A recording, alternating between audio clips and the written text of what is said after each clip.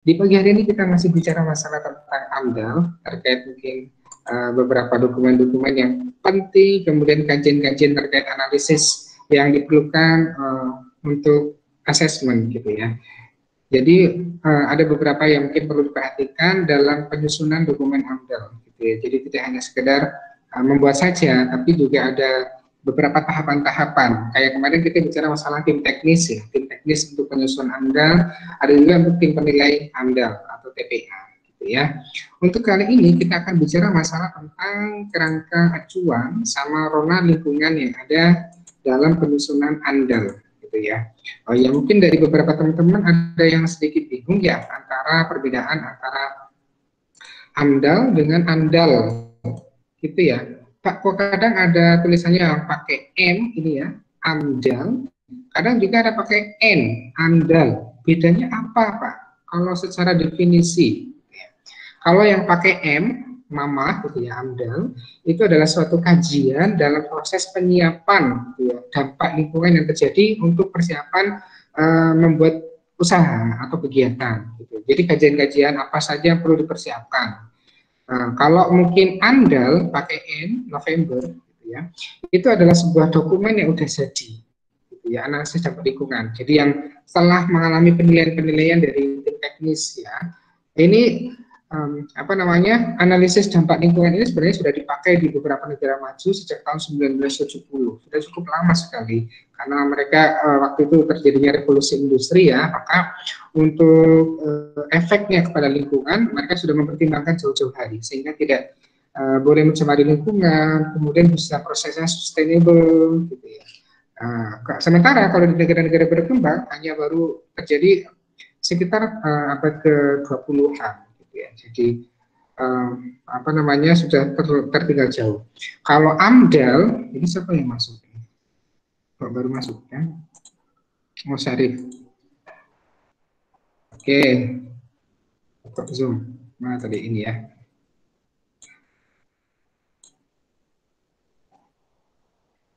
Ya, kalau AMDAL pakai M tadi ya, Mama, itu Inggrisnya adalah Environmental Impact Analysis. Gitu ya. Kemudian kalau ANDAL yang pakai November itu bahasa Inggrisnya Environmental Impact Assessment. Ya, cuman kalau di Indonesia mungkin agak sedikit bingung ya, ada AMDAL, ada yang ANDAL, gitu ya.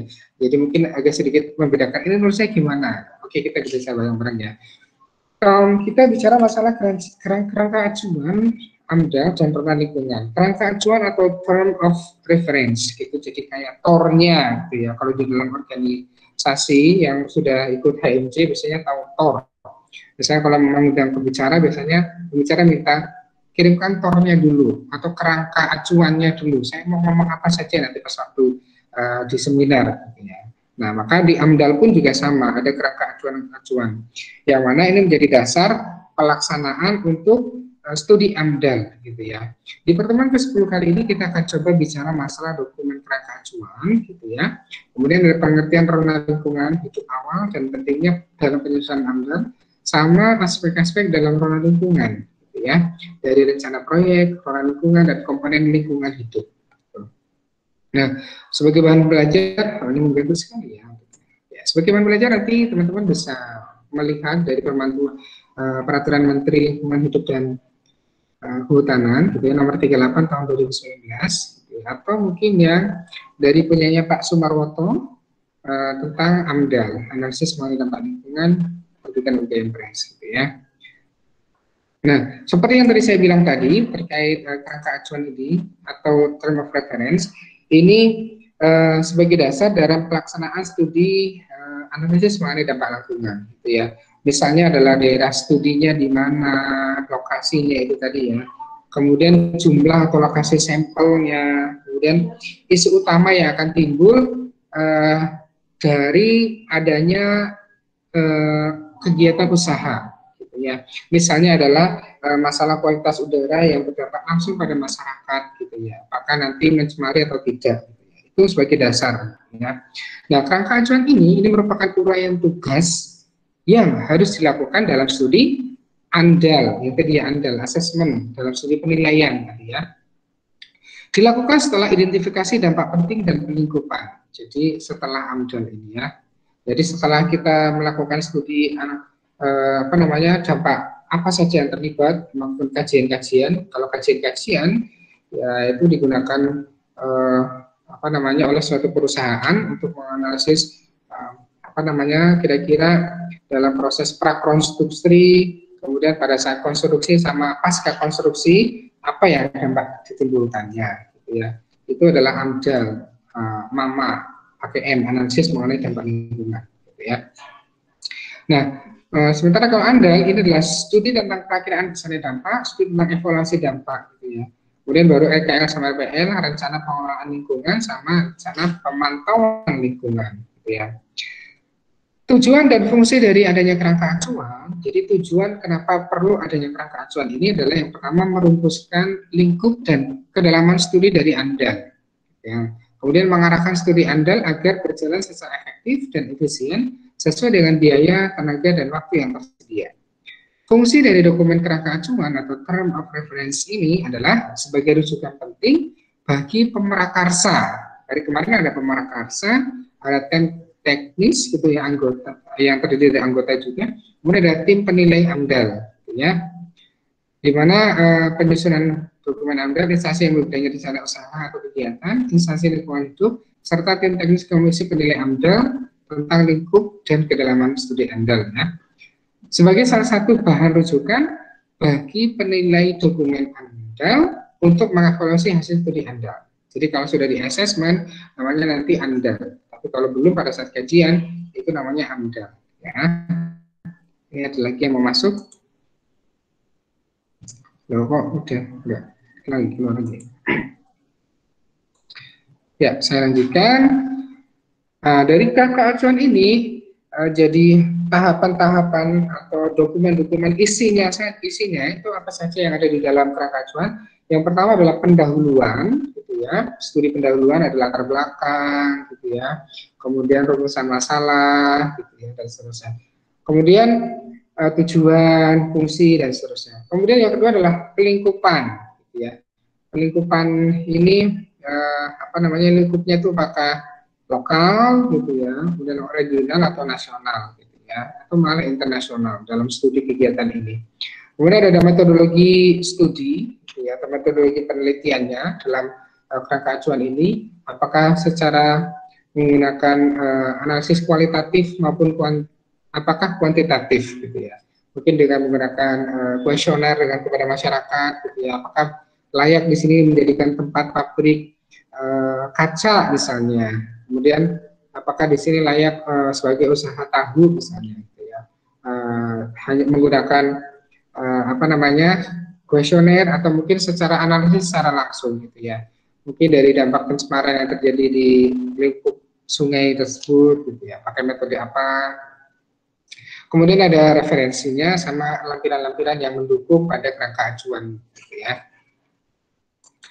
Nah, pendahuluan ini berisi yang tadi ya, adalah latar belakang yang isinya adalah justifikasi dilaksanakannya rencana usaha atau kegiatan, termasuk penjelasan mengenai persetujuan prinsip menyatakan bahwa jenis usaha kegiatan tersebut secara prinsip dapat dilakukan dari pihak yang berwenang, gitu ya. Bukti formalnya apa, gitu ya, yaitu persetujuan atau MOU yang wajib dilampirkan dengan mungkin instansi setempat, bisa mungkin dinas lingkungan hidup, bisa mungkin pemerintah kota atau pemerintah kabupaten, gitu ya. Itu sebagai latar belakang untuk diizinkannya usaha ini di dalam suatu tempat, gitu ya.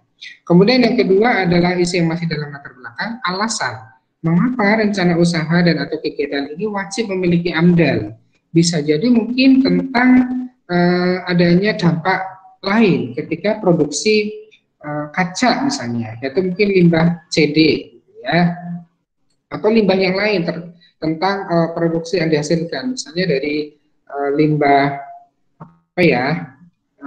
tahu misalnya, mungkin dari ampas tahunya yang mencemari lingkungan sungai, atau mungkin asapnya yang mengganggu lingkungan sekitar seperti bau-bau karet kayak gitu ya, bau-bau kotoran misalnya, ya mohon maaf ya, kan mungkin pernah terjadi juga ya di daerah Pantura sebelah Wali Songo sebelah utara ya.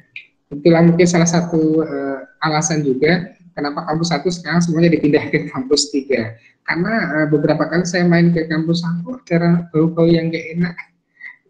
Pernah merasakan nggak ya teman-teman yang pernah main ke kampus 1? Ada bau-bau yang mungkin kurang sedap gitu ya, karena ada lingkungan industri di sebelah utara gitu ya. Itu dari bau.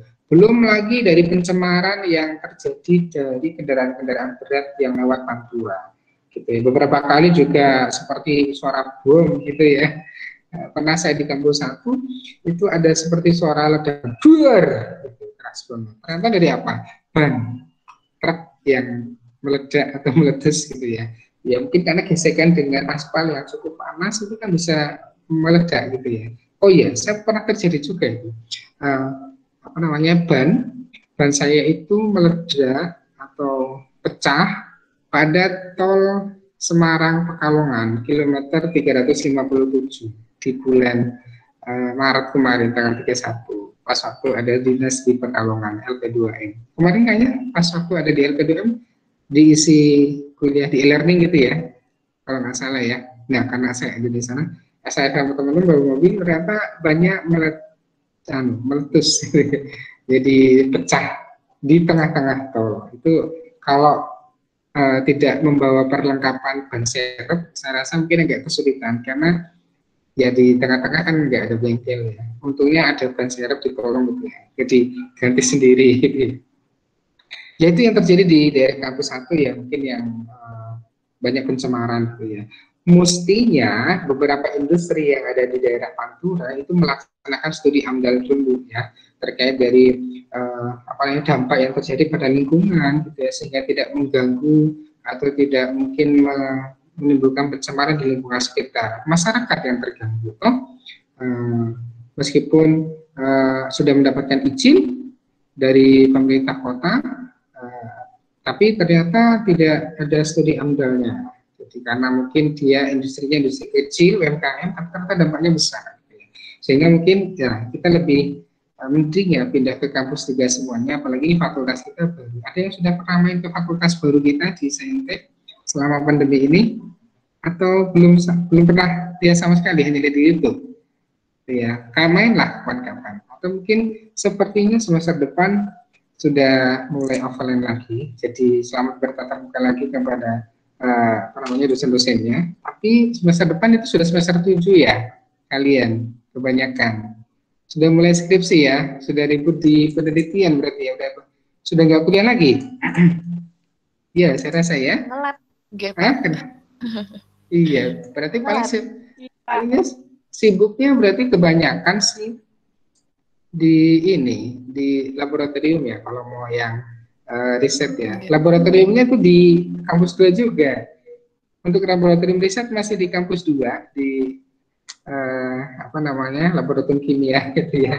Untuk yang laboratorium terpadunya masih belum difungsikan untuk laboratorium risetnya. Oh, balik lagi tetap di kampus 2 ya, jadi belum melaksanakan di kampus 3. Gitu ya. Kecuali kalau yang mau ambil kuliah lagi ya masa sih mengambil kuliah lagi ya barangkali masih ada gitu ya.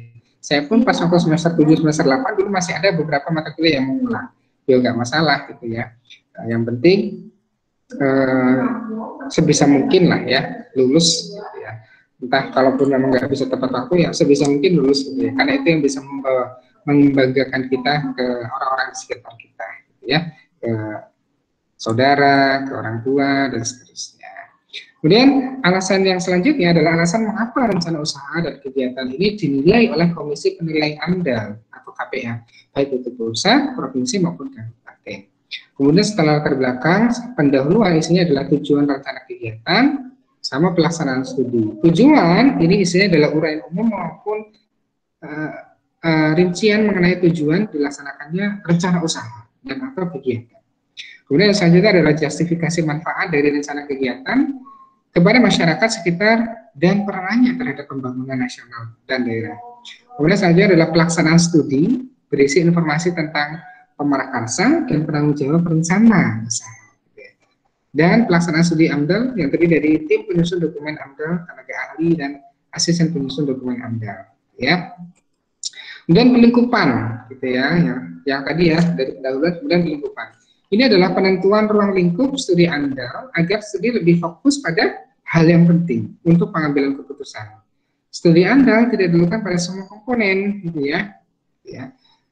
Biologi, fisik, kimia maupun sosial dan proses terkait, namun hanya dibatasi pada komponen yang menghasilkan dampak penting bagi proyek kegiatan atau usaha yang sedang direncanakan. Jadi nanti ada komponen lingkungan hidup, yaitu tadi lah biologi, fisik, kimia maupun sosial. Ada juga yang bersifat komponen yang berdampak langsung atau memiliki dampak penting pada usaha tersebut. Apa maksudnya, Pak? Maksudnya adalah seperti sebelum sama setelah konstruksi. Jadi ada prakonstruksi, ya mungkin bisa dicatat. Ada prakonstruksi. Prakonstruksi itu isinya apa? Isinya mungkin pembebasan lahan, ya, pembebasan lahan, kemudian penataan lahan. Setelah dibebaskan baru ada penataan lahan. Kemudian ada pada saat konstruksi. Nah, pada saat konstruksi ini contohnya misalnya adalah pemasangan tiang pancang, misalnya, ya. Kemudian pemasangan beton-beton yang diperlukan, atau mungkin pada saat konstruksi juga itu ya, mungkin penguburan ya, maksudnya apa ya? Ditambahin tanah lah, mungkin tanahnya kan miring ya, atau masih rendah, biar rata dengan lingkungan sekitar, misalnya pakai jalan tol, ya ditambahin mungkin tanah, itu apa namanya? Penguburan ya, dikubur lah, dikubur ya. Ya, itulah intinya. Kemudian pasca konstruksi juga. Apa itu pasca konstruksi? Ya, contohnya misalnya pengoperasian konstruksi itu. Misalnya pengoperasian jalan tol. Ya, misalnya pada saat pembuatan jalan tol. Ya, itu tadi ya komponen yang penting bagi proyek kegiatan atau usaha. Ada prakonstruksi, ada konstruksi, sama pasca konstruksi. Secara sederhana, komponen yang termasuk studi andal dapat diperoleh berdasarkan pertanyaan, perlukah data tersebut untuk mengambil keputusan? Perlu atau tidak? Kalau perlu, menggunakan kerangka acuan ini. Nah, muatan dari pelingkupan ini pada dasarnya berisi informasi penting. Yang pertama adalah deskripsi rencana usaha dan atau kegiatan yang akan dikaji. Yang kedua adalah deskripsi rona lingkungan hidup awal, ya, environmental setting, hasil pelibatan masyarakat, yaitu nanti ada apa namanya ya, mungkin ada forum group discussion gitu ya, atau mungkin ada pertemuan warga RW atau kelurahan gitu ya, atau mungkin dalam suatu forum-forum tertentu yang melibatkan masyarakat gitu ya. Nah, deskripsi rencana usaha dan atau kegiatan yang akan dikaji. Ini ada status studi AMDAL gitu ya. Apakah studi AMDAL dilaksanakan secara terintegrasi bersamaan atau setelah studi kelayakan teknis dan ekonomis gitu ya. Uraian ini diperlukan sebagai dasar untuk menentukan kedalaman informasi yang diperlukan dalam kajian AMDAL. Jadi kalau masih kajian pakainya M ya. Kesesuaian lokasi rencana usaha dan atau kegiatan. Jadi kesesuaian lokasi ini dengan rencana tata ruang sesuai ketentuan peraturan perundangan. Misalnya nih, ada daerah namanya kawasan hijau, kawasan kuning, kawasan merah, gitu kan? Kalau misalnya kawasan kuning itu boleh dibuat untuk perumahan, untuk mungkin usaha, kayak gitu ya. Tapi kalau masuk dalam daerah kawasan hijau sesuai dengan tata ruang pemerintahan, itu nggak boleh dibuat untuk perumahan, nggak boleh dibuat untuk apa namanya, usaha, karena memang itu untuk daerah konservasi ya. Jadi bisa untuk hutan lindung atau mungkin penangkaran gitu ya. Jadi tidak boleh dibuat untuk usaha. Maka ketika mau membuat usaha atau membeli tanah, tanyakan kepada mungkin Kementerian Agraria. Kalau ini mungkin Dinas Pertanahan ya, di daerah ini yang akan saya beli tanahnya, ini termasuk kawasan apa nih? Daerah hijau, kuning, gitu ya.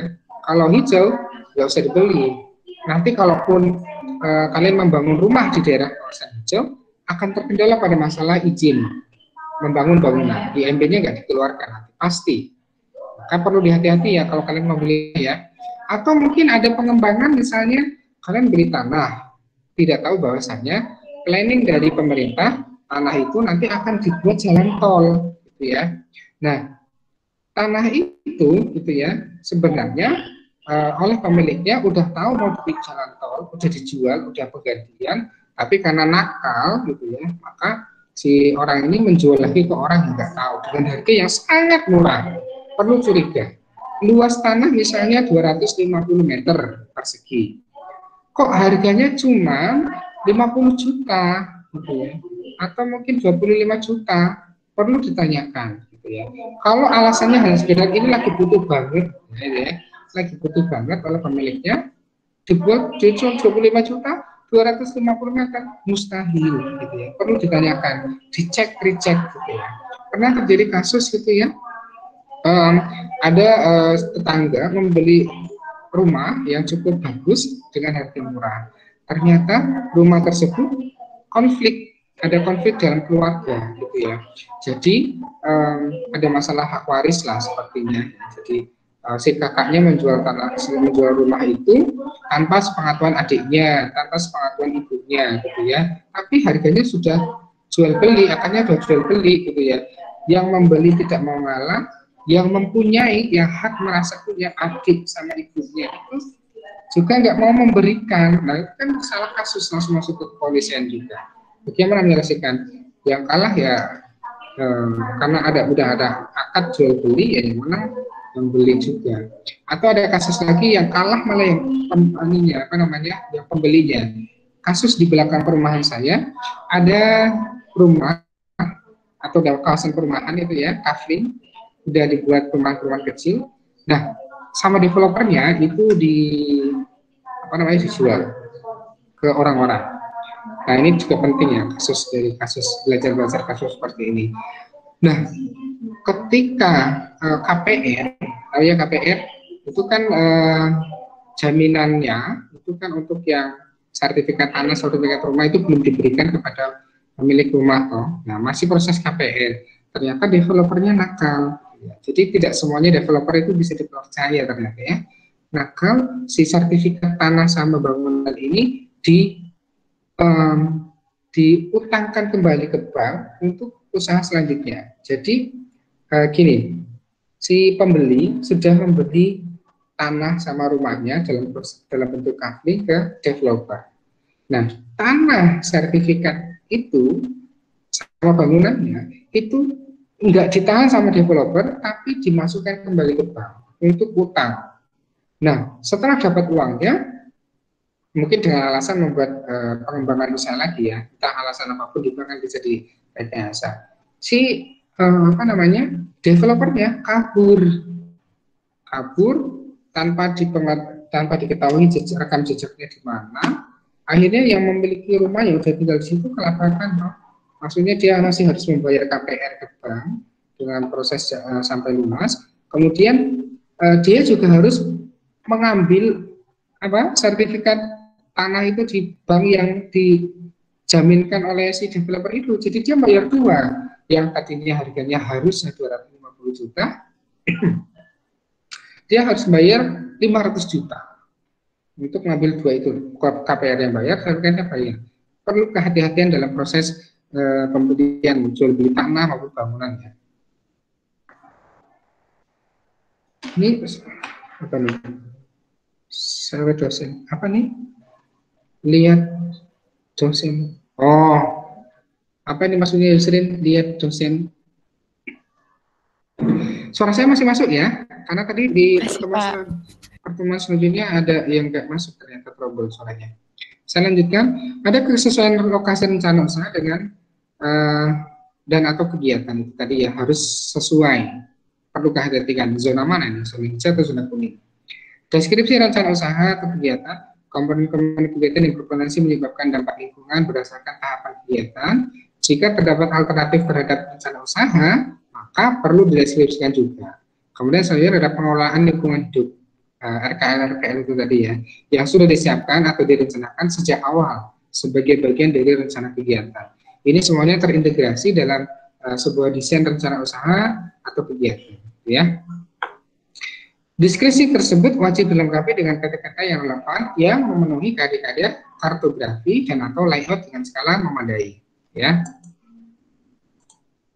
Nah, deskripsi rona lingkungan hidup awal atau environmental setting gitu ya. Jadi deskripsinya berisi uraian mengenai rona lingkungan hidup atau environmental setting secara umum di lokasi rencana usaha tersebut ya. Komponen lingkungan ini ya dari fisik, kimia, biologi, sosial ekonomi gitu ya, sama kesejahteraan masyarakat. Ini masuk dari komponen lingkungan gitu ya. Yang dimana dalam komponen lingkungan ini yang terkena dampak secara langsung dari adanya lokasi kita mendirikan usaha, yaitu dari komponen geofisik kimia, ada sumber daya geologi, tanah, air permukaan, air bawah tanah, udara, kebisingan itu ya barangkali ya. Kemudian ada komponen biologi seperti vegetasi atau flora, fauna, tipe ekosistem, keberadaan spesies langka mungkin yang ada di sekitar itu, misalnya ular raksasa, atau badak bercula satu, atau macan apa itu, atau mungkin tanaman endemik gitu ya, yang digunakan untuk obat-obatan. Maka nanti kalau ketika ada usaha atau perusahaan di situ berdiri, jadi tanaman tersebut mati, gitu ya. Juga habitatnya. Kemudian ada komponen sosial ekonomi budaya, ada tingkat pendapatan demografi, mata pencaharian, budaya sempat, gitu ya. Mungkin ada kearifan lokal yang perlu dijaga di lingkungan itu, apa aja. Situs arkeologi misalnya ya, kayak pernah terjadi pas waktu pendirian atau pelebaran perpustakaan UII. Ternyata di situ ada situs arkeologi berupa patung gajah, gitu ya. Situs apa namanya, patung candi apa sih namanya ya? Gambarnya itu gajah sama apa sih ya, kayak kambing lagi duduk. Itu ternyata itu terkubur ketika pas Merapi meletus. Merapi kan meletus ya. UI masih termasuk daerah kawasan yang sering terkena abu Merapi. Di zaman ratusan tahun yang lalu ternyata si candi itu terkubur. Pernah juga Candi Borobudur terkubur apa namanya beberapa tahun gitu ya. Ya sampai ditemukan oleh seorang Belanda gitu ya tahun 1800-an. Sehingga oh ini apa nih gitu ya. Ternyata stupanya dari Borobudur gitu ya. Kemudian digali-gali ternyata ada candi di situ ya. Itu juga mungkin yang secara zaman modern, kalau yang Borobudur kan kebenarannya kita belum tahu ya, ini hanya sejarahnya saja. Tapi secara modern ternyata di UII, pernah dengar ya ceritanya? Atau pernah dengar beritanya?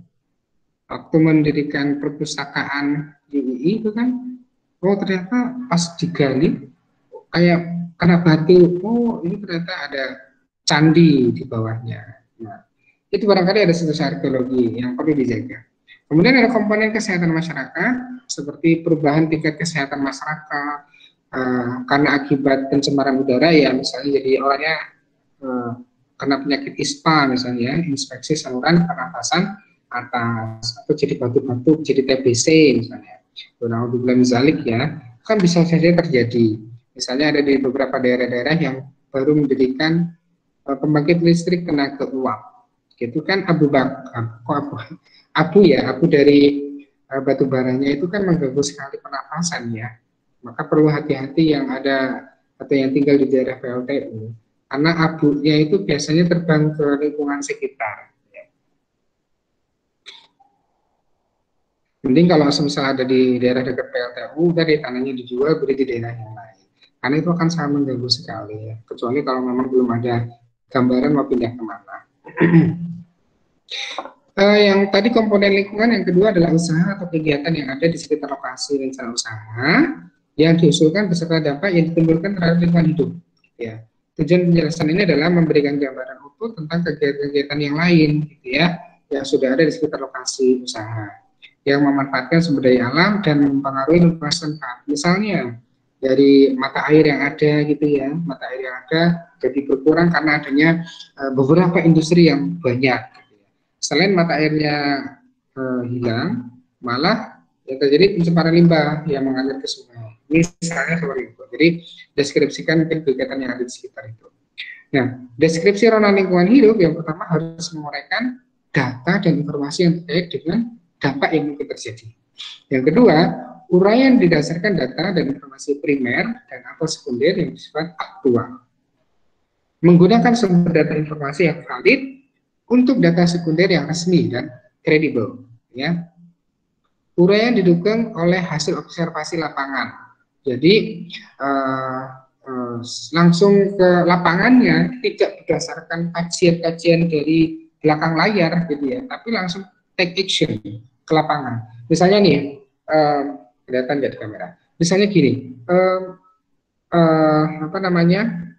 Awalnya dampaknya itu cuma lingkup dalam 10 meter saja untuk apa namanya, menggali ini panas bumi gitu ya.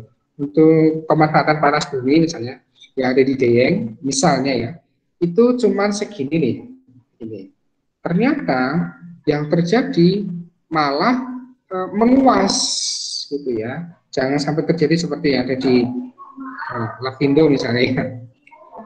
Nah, itu kan perlu diprediksi. Maka perlu ada prediksi-prediksi yang mungkin terjadi, gitu ya, sehingga harus mengganti rugi akibat usaha kita, malah bukannya untung malah rugi ya. Masyarakat yang terkena dampaknya ya, itu yang terjadi di Sidoarjo. Nah, deskripsi ranah lingkungan hidup itu tadi ya, berisi data-data yang rinci. Dalam hal terdapat beberapa alternatif lokasi, maka uraian ranah lingkungan hidup harus dilakukan untuk masing-masing alternatif lokasi. Ya, deskripsi ranah lingkungan hidup awal dapat disajikan dalam bentuk data dan informasi spasial. Ya. Hasil pelibatan masyarakat ini tadi ya menggunakan SPT ya, saran pendapat tanggapan ini kemarin sudah kita sampaikan ya di pertemuan sebelumnya melalui pertemuan warga, forum discussion atau mungkin apa namanya pas waktu ada perkumpulan kelurahan dan seterusnya. Ini bukti pengumuman dan hasil pelaksanaan solusi COVID dapat dilampirkan.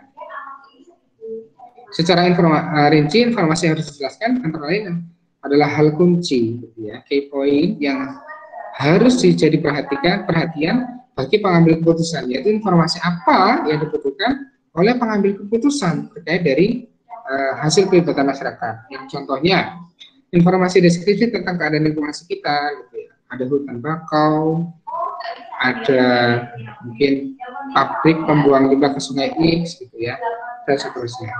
Itu dari SPT tadi ya, saran pendapat masyarakat. Nilai-nilai lokal terkait dengan rencana usaha atau kegiatan yang diusulkan, misalnya di sini tidak boleh menggunakan kain merah, atau di pantai selatan tidak boleh menggunakan kain hijau, itu ya, itu nilai lokal itu, meskipun mitos, gitu ya, katanya apa namanya, Nyai Roro Kidul itu nanti kalau pakai baju hijau itu suka, maka digeret ke lautan. Padahal mungkin secara mungkin apa namanya, secara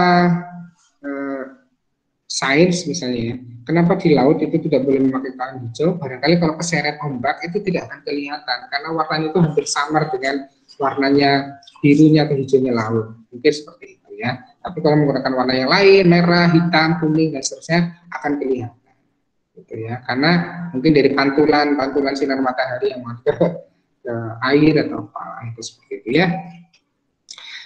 Akan biasanya kalau kita selalu dikaitkan dengan hal-hal mistis ya, belum tentu juga itu benar, makanya perlu di cross check gitu ya. Kebiasaan adat setempat terkait dengan rencana usaha misalnya. Yang keempat adalah aspirasi masyarakat terkait dengan rencana usaha yang diusulkan. Antara lain adalah kekhawatiran tentang perubahan lingkungan yang mungkin terjadi. Jangan sampai mungkin airnya hilang. Kemudian kalau mendirikan tower di dekat perumahan gitu ya, itu sinyal TV-nya hilang. Saya kan suka nonton sinetron, saya kan suka nonton FTV. Kalau ada tower itu nanti yuk ganggu. Memang benar gitu ya. Makanya biasanya harusnya tower-tower itu didirikan bukan di daerah datar, tapi di daerah tinggi. Selain sinyal lebih bagus, tidak akan mengganggu dari apa namanya, sinyal-sinyal yang memiliki gelombang frekuensi yang sama, ya. Dan harapan tentang perbaikan lingkungan atau kesejahteraan akibat adanya rencana kegiatan. Minta disediakan air bersih atau minta pemuda setempat dipekerjakan. Ini mungkin terjadi di daerah Freeport ya, di Jayapura, di mana ada win-win solution gitu ya. Jadi warganya itu tidak hanya mendapatkan apa namanya, sisa-sisa emas yang dikeruk dari sungai, kemudian mereka kena pencemaran karena untuk pengambilan emas dari apa namanya, dari asalnya dari apa namanya struktur kimianya itu menggunakan merkuri. Nah, kebanyakan limbah merkuri itu dilepas ke lingkungan dalam bentuk udara maupun air. Mungkin yang mengalir di air karena merkuri tadi mungkin terikat dengan emas ya, AOHG, itu masih ada emasnya sedikit sehingga sama masyarakat sekitar sana itu di apa namanya ayak gitu ya di sungai gitu ya. Makanya teman-teman pernah memperhatikan kan untuk pengambilan emas gitu ya, mungkin ada yang berpikir emas ini banyak ada di sungai-sungai ini orang-orang, padahal bukan emas yang situ. Mungkin proses pengambilannya itu limbah merkurinya yang dibuang, kemudian masih ada emas kecil-kecilnya itu yang diayak gitu ya sama warga sekitar, mendapatkan bongkahan emas gitu ya. Oke. Nah, ini juga sebenarnya ada di hadis Rasulullah sebenarnya ya, apa namanya beberapa gunung-gunung emas gitu ya, yang ada di Sungai Tigris ya. Suatu saat nanti Sungai Tigris itu akan mengering dan ada gunung-gunung emas. Nah, jadi ini sudah terjadi nih di tahun-tahun ini ya, Sungai Tigris itu sudah mengering dan ditemukan beberapa tambang-tambang emas di sungai itu, gitu ya. Jadi memang oh ternyata punya potensi juga sungai-sungai itu, karena mungkin dari proses pembuangan itu tadi ya, pembuangan dari industri besar seperti kalau di Indonesia ya Freeport, kalau di sana Semenanjung Arab ya mungkin makan lebih besar lagi karena mereka daerah kaya minyak, kaya emas gitu ya. Bahkan waktu Amerika datang ke Irak, tujuannya itu sebenarnya bukan Saddam Hussein yang dibunuh, gitu ya. Ini sebagai suatu informasi aja. Bukan hanya Saddam Hussein aja, itu hanya sebagai mungkin bahwa alam sih ya, hanya sebagai kambing hitam. Tetapi yang mereka ambil apa? Emas-emas.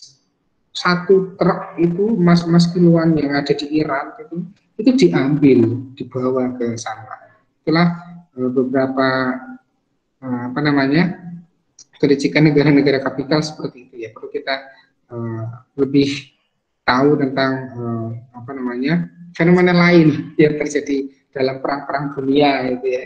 Itu ada tujuan-tujuan yang lain gitu ya. Termasuk ketika kedatangan Belanda ke Indonesia. Ya, kedatangan Belanda ke Indonesia apa tujuannya? Bukan Belanda aja lah, negara-negara Eropa lah, Spanyol, Portugal, apalagi Portugis ya waktu itu ya, masih sekarang kan Portugal. Kemudian apalagi Prancis, itu mereka menjajah beberapa koloni-koloni di negara-negara berkembang kan, bahkan mungkin belum terbentuk negara waktu itu, masih kerajaan-kerajaan, termasuk di Indonesia kan masih dalam bentuk kerajaan-kerajaan yang terpecah. Apa tujuannya? Masih ada yang tahu? Masih ada yang ingat pelajaran sejarah? Apa nih? Lisa Estiana masih ingat? Apa tujuannya? 3G. Lupa ya. Yusrin masih ingat ada 3G tujuannya. Apa Pak? Tujuan apa? Tujuan negara-negara Eropa itu datang menjajah negara-negara kecil atau kerajaan-kerajaan kecil seperti Indonesia. Apa tujuannya? Gospel. Ya, betul sekali. Salah satunya adalah gold, emas, ya. Jadi mungkin pas waktu mereka datang ke Irak juga emas. Ke Indonesia juga sama, gold, glory, sama gospel. Gospel itu menyebarkan agama gitu ya, dengan cara menjajah. Gitu ya. Hanya apa namanya di Indonesia juga macam-macam akhirnya agamanya ya, tidak hanya Muslim saja, tapi Nasrani juga ada beberapa. Ya, gold salah satunya. Waktu itu mungkin harga emas itu lebih rendah daripada harga rempah-rempah seperti pala dan sekawan-kawannya. Maka mereka mengeruk di Indonesia-nya waktu itu ya rempah-rempah ya. Namun yang menarik, sisi menarik ini masih cerita sejarah ya, biar tidak terlalu sepanjang di materi AMDAL, karena AMDAL memang ceritanya tentang lingkungan saja sama dokumen-dokumen. Yang menarik adalah kenapa Belanda atau kerajaan Belanda itu waktu proses agresi militer gitu ya. Agresi militer itu kan mereka datang lagi ke Indonesia ketika sudah diusir sama Jepang ya. Karena tahu Jepang kalah, Indonesia memulai kemerdekaan, agresi militer Belanda yang pertama, kedua itu datang lagi untuk dalam rangka apa? Lagi dalam rangka untuk mengembalikan Indonesia ke apa namanya Belanda lagi, gitu ya. Nah, di akhir perjanjian KMB di tahun 19 berapa KMB? 59 atau 49 ya KMB. Hanya 25 Desember 1949 ya kalau nggak salah sih ya. Ya nanti dibuka lagi sejarah.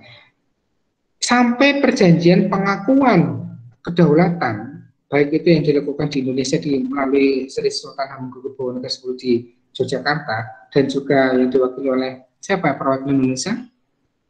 Ada Malik ya, yang ke di Den Haag, Konferensi Yogyakarta. Hasilnya adalah masalah Irian Barat itu diserahkan atau dibicarakan setahun kemudian, ya enggak? Karena mereka udah tahu potensi Papua, potensi Irian Jaya itu banyak emasnya. Sayang, tidak hanya emas sih sebenarnya, recehan-recehan yang lain seperti apa namanya perak, tembaga itu banyak di daerah sana di Irian Jaya. Masalah Irian Barat itu diselesaikan setahun selanjutnya, katanya seperti itu dalam perjanjian KMB. Karena mereka ingin apa ya, ingin masih mempunyai power di Indonesia, yaitu di Irian Barat, ingin mengeruk kekayaan itu, ingin mengeruk emasnya. Karena orang sana kan mungkin pintar-pintar ya melalui kajian riset, kita belum tahu waktu itu, kita masih berusaha untuk intinya merdeka dulu deh, ya. Dengan jalan apapun, baik dengan jalan perang maupun dalam kedaulatan. Nah, dengan jalan perang terjadi beberapa perang yang terjadi ketika setelah kemerdekaan.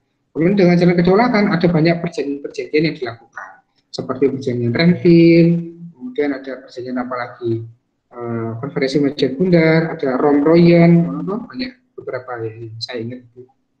Nah, apa namanya, mereka tahu kalau di Papua itu kalau apa namanya potensi emasnya itu luar biasa, banyak, besar. Kita lihat tahun ini bahkan masih banyak ya tontonan dikirimkan ke Amerika karena ada perusahaan Freeport di sana, gitu ya. Nah, ternyata Irian Barat tidak diselesaikan cuma 1 tahun atau 2 tahun untuk kembali ke Indonesia, kembali gitu ya. Itu diselesaikan pada tahun 1967. Berapa tahun tuh sejak kemerdekaan? Gitu ya. Dari 1950 lah ya, 1950 sampai 67, 17 tahun atau 18 tahun, hampir 20 tahun kembali lagi ke Indonesia, full powernya kembali ke Indonesia. Karena ya itu tadi ya, dengan berbagai apa namanya, dengan berbagai mosi-mosi tertentu yang mereka membuat adu domba gitu ya. Papua mau merdeka atau mau kembali ke Indonesia. Kalau merdeka nanti di bawah Belanda. Kalau zaman dulu itu kan mungkin mereka masih bisa ini ya, masih mempunyai nasionalisme yang cukup tinggi. Akhirnya mereka memilih mosinya untuk kembali ke Indonesia pada zamannya Pak Soeharto. Nah, itu juga suatu perjuangan yang luar biasa yang adanya Yosudarso itu ya, pas waktu di kapal itu dibom sama Belanda, perjuangannya luar biasa. Nah, makanya kita menjadi orang pintar itu bisa mengambil beberapa kekayaan alam yang di Indonesia. Ini juga terjadi pengambilan mosi keputusan pada saat Presiden Habibie ya, waktu tahun 99 untuk melepaskan atau memasukkan kembali Timor Leste atau Timur Timur, kan menjadi itu provinsi ke-27 ya, daripada apa namanya ribut gitu ya Pak Habibie ya, dia menggunakan mosi, tapi sayang momennya kurang tepat. Tahun 99 kita masih terjadinya kekacauan politik, ada Pak presiden sebelumnya yang digulingkan, kemudian ada juga krisis moneter ya yang diakibatkan oleh George Soros yang jadi Yahudi Amerika yang mengakibatkan Indonesia terpuruk parah ekonominya. Akhirnya karena situasi yang memang lagi sulit di Indonesia, tahun 99 mengeluarkan mosi ke Timur mau balik ke Indonesia atau mau merdeka. Ya, mereka milih merdeka karena Indonesia masih kacau ya waktu itu. Hanya sekarang menjadi negara sendiri. Itu hanya sebagai selingan ya. Ya, kembali lagi ke laptop tentang rona lingkup. Lingkupan ini meliputi bidang, ruang, dan waktu. Nah, lingkupan selanjutnya ini digunakan sebagai dasar untuk menyusun kerangka acuan atau term of reference dari analisis dampak lingkungan atau environmental impact assessment. Ya. Tahapan lingkupan ada identifikasi dampak potensi, ada evaluasi dampak potensi, sama dampak penting hipotesis. Gitu ya. Kalau dampak potensial, semua dampak yang berpotensi terjadi jika rencana usaha ini dilakukan di lokasi itu. Misalnya baik primer, dampak langsung, maupun dampak tidak langsung, sekunder. Tanpa memperhatikan besar kecilnya dampak dan penting atau tidaknya. Pokoknya semuanya.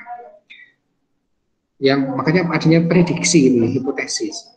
Nah, dampak potensial, dampak penting hipotesis atau DPH ini merupakan dampak penting yang diperkirakan secara hipotesis terkait dengan rencana usaha atau kegiatan yang akan diusulkan. Oke, saya rasa itu teman-teman semuanya untuk perkuliahan hari ini ternyata sudah selesai. Jadi terkait kerangka acuan sama rona lingkupan, saya rasa semoga sudah paham ya. Dari sini, apakah ada yang mau ditanyakan? Dari teman-teman semuanya, terkait kajian AMDAL ini? Belum, Pak. Belum ada? Yang lainnya? Belum ya? Kalau belum, boleh kita cukup saja kuliahnya di pagi hari ini? Boleh, Pak. Boleh banget ya. Biar bisa melakukan kegiatan lainnya. Oke, sebentar.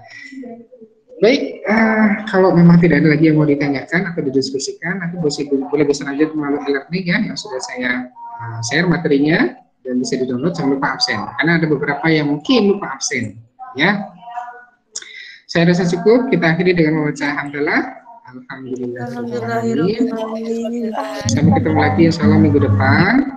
Kurang lebihnya mohon maaf. Assalamualaikum warahmatullahi wabarakatuh. Terima kasih, Pak. Ya, sama-sama. Selamat menuju